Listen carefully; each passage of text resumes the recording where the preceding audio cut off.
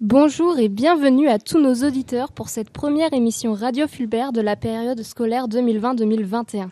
Cette année encore, nous sommes très heureux de réunir les apprentis chroniqueurs du lycée dans nos studios.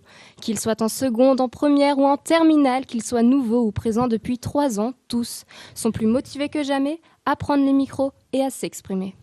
Nous sommes le jeudi 15 octobre, il est 13h et vous écoutez Radio Fulbert.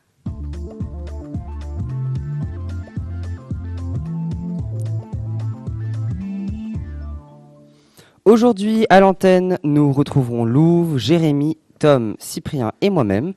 Au programme de cette émission, nous parlerons des examens du bac avec une interview d'une professeure. On parlera également de sport avec Jérémy, de notre avenir avec une enquête de Louve, d'objets insolites avec Tom et d'une bien étrange expédition que nous racontera Cyprien.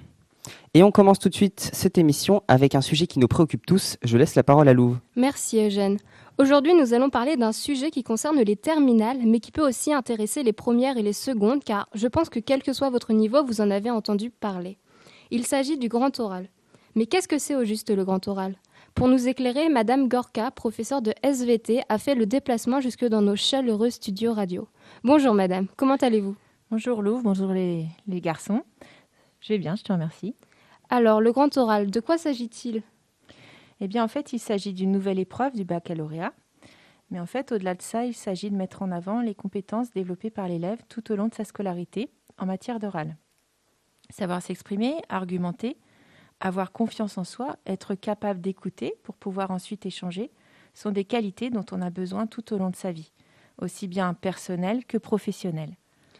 Et comment s'entraîner pour bien l'aborder et bien le réussir ? Eh bien, il faut se préparer de façon progressive, dans la durée, de manière à développer les compétences orales afin que le baccalauréat ne soit pas une épreuve artificielle, finale, mais qui traduise bien l'acquisition de vos compétences, celles que vous aurez acquises tout au long de votre parcours. Il s'agit d'avoir un véritable échange avec le jury. Il ne s'agit pas d'apprendre par cœur un texte que l'on réciterait le jour J, mais de vraiment montrer tout ce que l'on a acquis au cours du cycle terminal, c'est-à-dire durant les années de première et de terminale. Alors bien sûr, les bacheliers du bac 2021, c'est un peu nouveau, mais pour vous. Mais vous avez déjà préparé des oraux. Vous avez déjà eu l'oral du brevet, les oraux de langue, le bac de français. Vous n'êtes donc pas novice vraiment en la matière. Comment cela se passe-t-il concrètement ? Quelles sont les modalités et les coefficients ? Le candidat a 20 minutes de préparation et 20 minutes d'épreuve, devant un jury constitué de 2 professeurs. Le coefficient est de 10 pour la voie générale et 14 pour la voie technologique. Cette épreuve est obligatoire et fait partie des 5 épreuves terminales de l'examen du baccalauréat. L'épreuve doit permettre au candidat de montrer sa capacité à prendre la parole en public de façon claire et convaincante. Cela doit aussi lui permettre de mettre en avant les savoirs qu'il a acquis dans les enseignements de spécialité.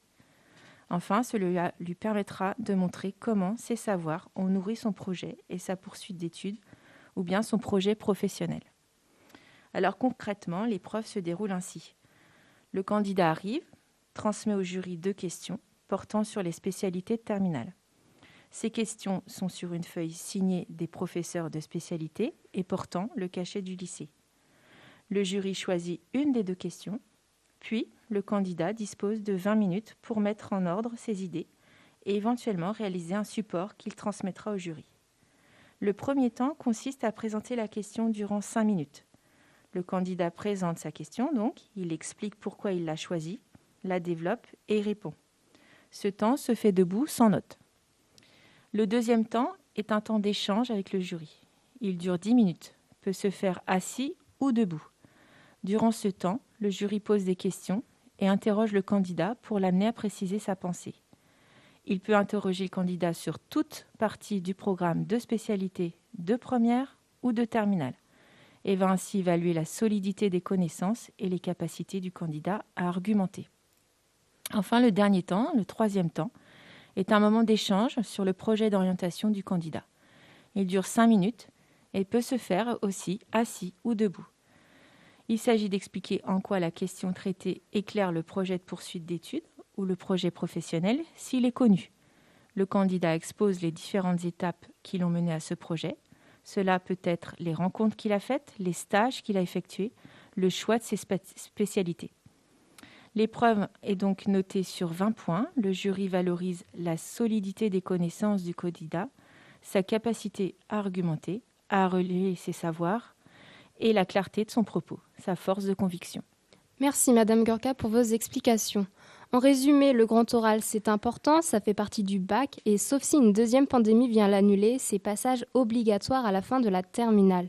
Si vous, élèves du lycée Fulbert, avez encore des questions, n'hésitez pas à en parler à vos professeurs.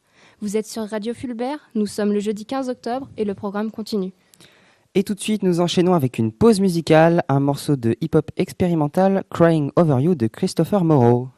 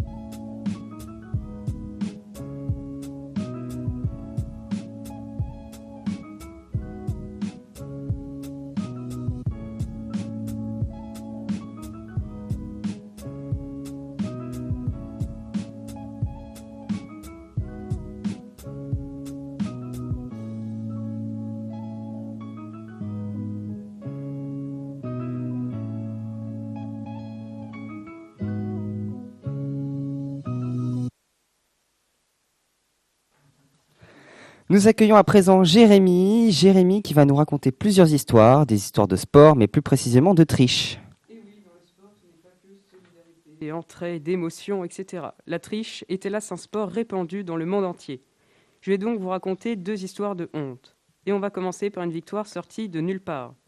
Lorsque Jacqueline Garraud franchit la ligne d'arrivée du marathon de Boston, le 21 avril 1980, elle est épuisée, mais ravie. Après plus de 42 km d'efforts, la Canadienne est sûre d'être la première femme parmi les milliers d'engagés. Sauf que personne ne l'acclame. Tout le monde n'a Dieu que pour l'Américaine Rosie Ruiz, fêtée en vainqueur. Jacqueline n'en revient pas. Elle a fait toute la course en tête. Comment Rosie a-t-elle pu la devancer ? Ah, on sent le truc venir là. En fait, Rosie n'a couru que la dernière ligne droite. Elle a récupéré son dossard, a attendu plus de 2 heures dans un hôtel près de l'arrivée, tranquillement. Et après, elle s'est mêlée aux spectateurs comme si de rien n'était. Là où elle n'a pas été très maligne, c'est qu'au lieu de rejoindre un peloton bien placé pour signer un bon temps, elle est allée juste derrière les premiers hommes et devant toutes les femmes. Depuis, il y a beaucoup de systèmes pour éviter la triche, mais certains tentent encore de ruser. Par exemple, en 1991, un coureur a récupéré le dossard de son entraîneur pour s'imposer à sa place. Il a été trahi par un petit détail, son entraîneur avait une moustache et pas lui. Autre cas, un jeu de massacre. Le 16 juin 1983, à New York, Billy Collins, jeune espoir de boxe de 21 ans, se fait démolir par le portoricain Luis Resto, dont le palmarès n'a pourtant rien de flamboyant. Mais ce soir-là, chaque coup ressemble à un coup de massue pour Collins. Entre chaque round, les seigneurs s'affairent, inquiets, yeux gonflés, arcades sourcilières éclatées, visages tuméfiés. Je vous passe les détails. Oui, on veut bien, merci. Collins va au bout mais perd le match. Comme le veut la tradition, Luis Resto, le vainqueur, tend ses gants aux entraîneurs. Sauf que le père de Collins remarque une chose louche. L'examen des gants le confirmera plus tard. Le rembourrage censé amortir les coups a été retiré en grande partie. Les bandelettes entourant les poignets du vainqueur ont été imbibées de plâtre, ce qui rendait les poings durs comme du bois. Collins perd l'usage d'un œil, il doit abandonner la boxe, devient dépressif et meurt 9 mois plus tard dans un accident de voiture. Resto est condamné à 3 ans de prison et son entraîneur à 6 ans. Comme quoi, la triche peut avoir des conséquences dramatiques. Et encore, je ne vous ai pas parlé de ce footballeur qui raccourcissait ses buts en donnant des coups de pied dedans, ou de l'équipe paralympique espagnole composée exclusivement de personnes sans handicap, ce qui leur a permis de décrocher l'or. Souvenons-nous que la devise du sport est de prendre plaisir à participer, non de vouloir gagner à tout prix. Nous continuons avec Walk in the Road de Watch Up.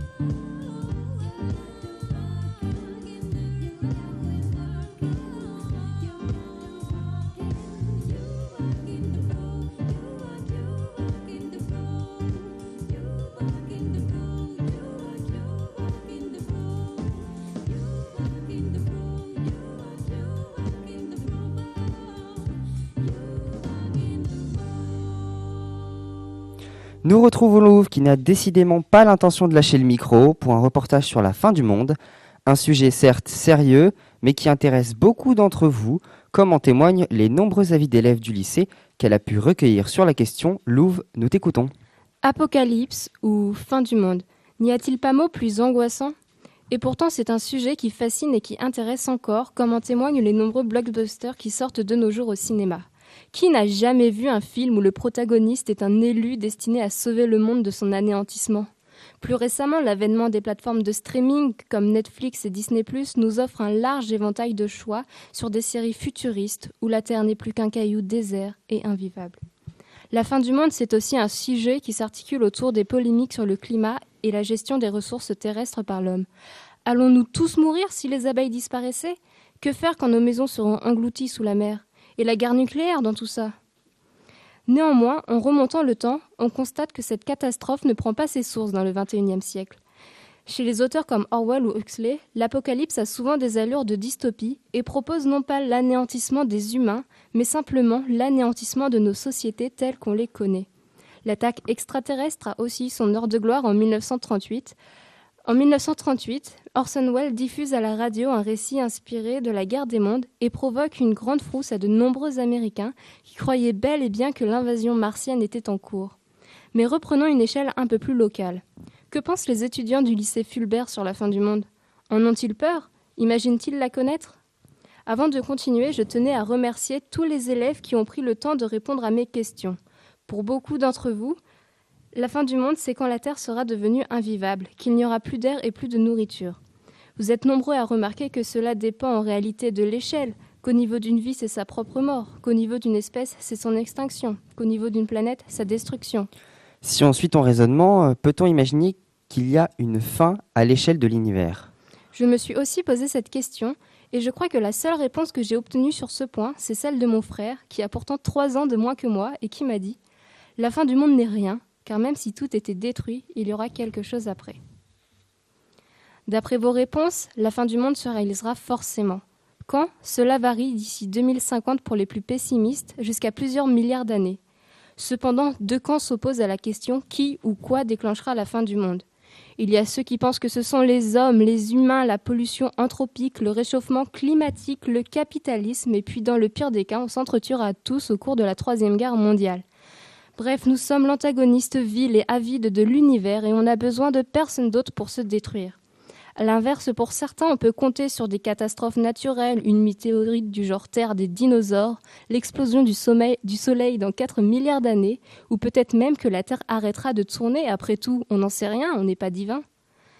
Par conséquent, beaucoup d'élèves ne sont pas ou peu confiants quant à leur avenir ou à l'avenir des prochaines générations.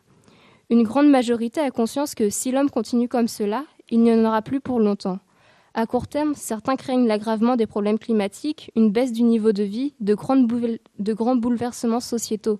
D'autres, en revanche, sont plus confiants et espèrent toujours une soudaine amélioration ou résolution de nos problèmes. Concernant les médias et leur traitement du sujet, l'avis est partagé. Pour certains, ils sont démoralisants et n'apportent que des mauvaises nouvelles, ou au contraire, sont endormis et ne traitent pas des sujets les plus graves. D'après certaines réponses, ils sont de mèche avec le gouvernement pour que les citoyens ne s'inquiètent pas et gardent confiance en l'État.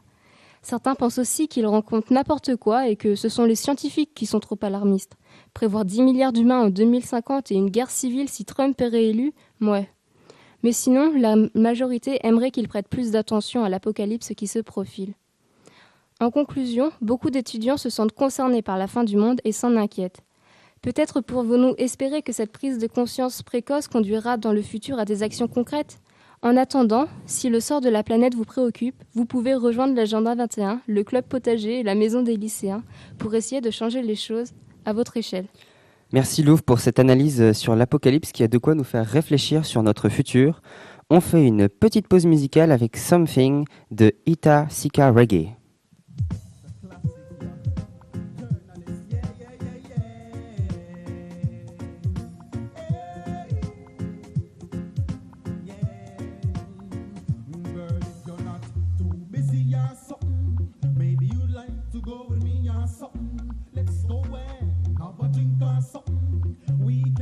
Set up a link or something. Hey, we could meet by the beach or something.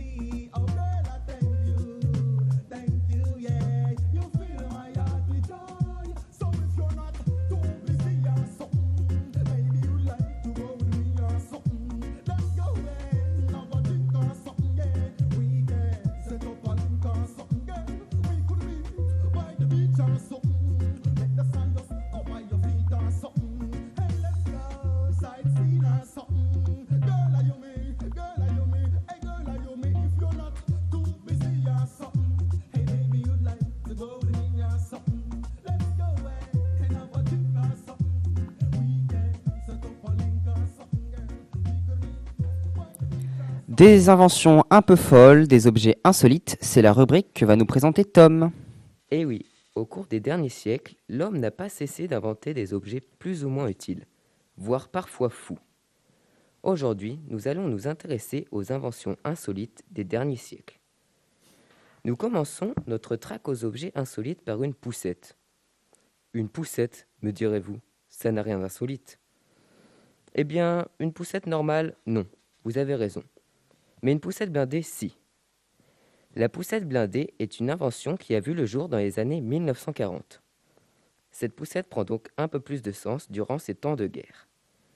Elle était reconnaissable à sa forme cubique en métal et était posée sur 4 roues qui lui permettaient d'avancer. Une petite cheminée, elle-même conçue en métal, surplombait la poussette pour permettre au nourrisson de respirer. Comme ça, le bébé est protégé, mais la mère un peu moins.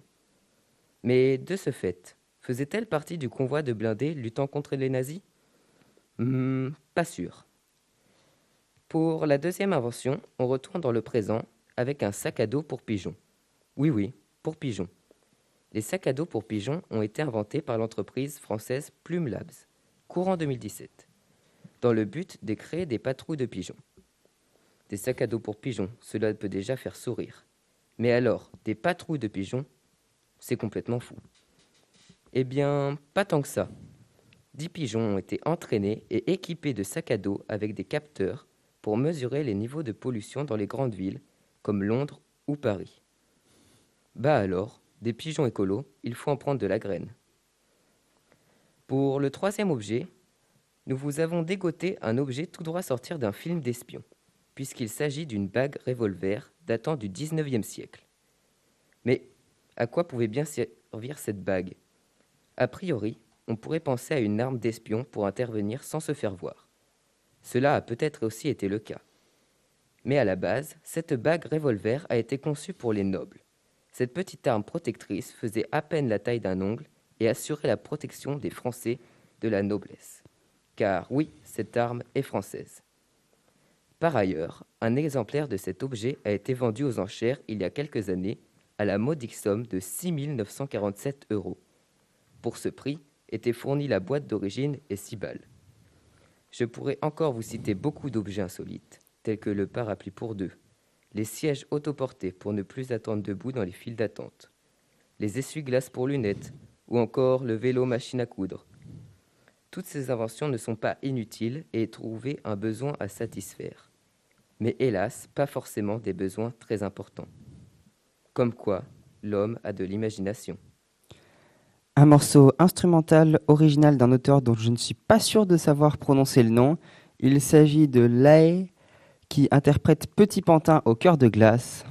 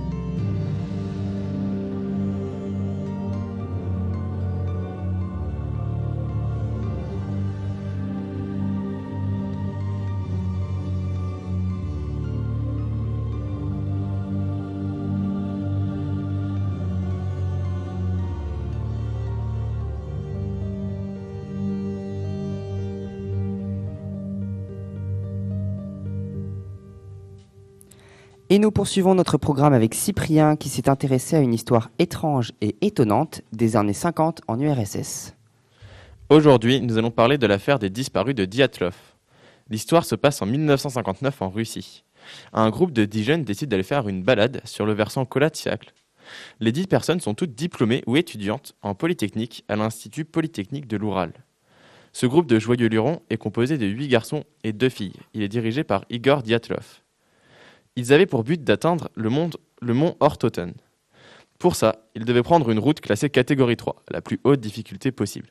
Et en plus, histoire de compliquer un peu plus la chose, ils font ça en plein hiver. Mais bon, ce groupe, ils rigolent pas. C'est des habitués des longues randonnées en ski alpin ou en ski de fond, donc ils savent ce qu'ils font. Ils partent vers le 25 janvier de leur université et arrivent le 27 à Viaï, le dernier village par lequel ils doivent passer. Ils partent le jour même, à pied, pour faire leur petite randonnée. Sauf que le 29, Yuri, un des membres de l'expédition, il doit redescendre au village, il est malade. Les membres de l'expédition, ils lui demandent donc de dire aux gens du village que s'ils ne sont pas de retour le 12 février, il faut commencer à s'inquiéter. Leur expédition, elle prend un tout autre tournant dans la nuit du 1er au 2 février. Cette nuit-là, ils sont à 10 km du mont Ortoten. Ils décident qu'ils feront l'ascension du mont le lendemain. Ils font donc un petit campement à 1 km de la lisière de la forêt. Sauf que dans la nuit, quelque chose tourne mal et on n'a plus de nouvelles du groupe. Les villageois commencent à s'inquiéter et préviennent l'université. C'est ainsi que le 20 février, une équipe de secours composée de professeurs et d'étudiants est formée. Le 26 février, l'équipe de secours trouve le camp abandonné. Les tentes sont recouvertes de neige et l'une d'entre elles, est ouverte de l'intérieur. Les chaussures et le matériel des campeurs y sont toujours. Donc là, ils commencent à se dire qu'il y a un truc qui cloche. Après des recherches, ils suivent des traces de pas qui les mènent à la lisière de la forêt. Et là, ils trouvent les corps de 2 membres de l'expédition qui sont en sous-vêtements. Ils retrouvent aussi un feu de camp à côté de leur corps. Là, ils se disent que ça craint vraiment et ils appellent la police. Par la suite, c'est la police qui va s'occuper de l'enquête. Après quelques temps, ils retrouvent les corps de Dyatlov et de 3 de ses camarades. La position de leur corps indique qu'ils essayaient de regagner le camp lorsqu'ils sont morts. Le 5 mars, le corps d'un autre membre est retrouvé à l'endroit où l'on avait découvert Dyatlov et son camarade. Ils sont eux aussi en sous-vêtements. Ces 5 corps présentent des entailles, des brûlures, et l'un d'entre eux a le crâne fissuré. L'autopsie conclura qu'ils ne sont pas morts de leurs blessures, mais d'hypothermie, ce qui pourrait expliquer les brûlures dues au froid, moins 30 degrés à cette période-là de l'année. La police, elle est quand même embêtée. Ils n'ont toujours pas retrouvé le corps des 4 derniers. L'armée participe alors aux recherches avec des avions et des hélicoptères. Ils sont finalement retrouvés le 4 mai au fond d'un ravin dans la forêt. Sauf que là, les enquêteurs se rendent compte qu'il y a plein d'éléments bizarres. Ces 4 personnes sont habillées avec les vêtements des 5 premiers corps retrouvés. Ils sont morts de façon très violente. 2 d'entre eux ont des côtes brisées qui ont conduit à une hémorragie. L'un d'entre eux a une partie du crâne manquante et en plus de sa langue et de ses 2 yeux. Les médecins concluent que c'est dû à la décomposition en milieu humide. Un autre a de multiples fractures au crâne et le cou déformé, mais ces blessures n'auraient pas causé sa mort. Il serait mort d'hypothermie.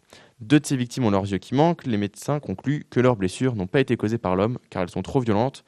Ils disent que les blessures sont semblables aux blessures causées par un accident de voiture. L'affaire est donc classée. La police dit qu'ils ont été attirés par une force irrésistible et qu'ils sont tombés dans le ravin ou morts d'hypothermie. Mais certains éléments sont étonnants. Par exemple, comment expliquer qu'ils aient été retrouvés avec des tatouages sur leurs mains alors qu'ils n'en avaient pas à leur départ ? Comment expliquer que les vêtements de ceux retrouvés au fond du ravin soient extrêmement radioactifs et que, selon les familles, ils soient très bronzés comme s'ils avaient été exposés à de très fortes radiations ?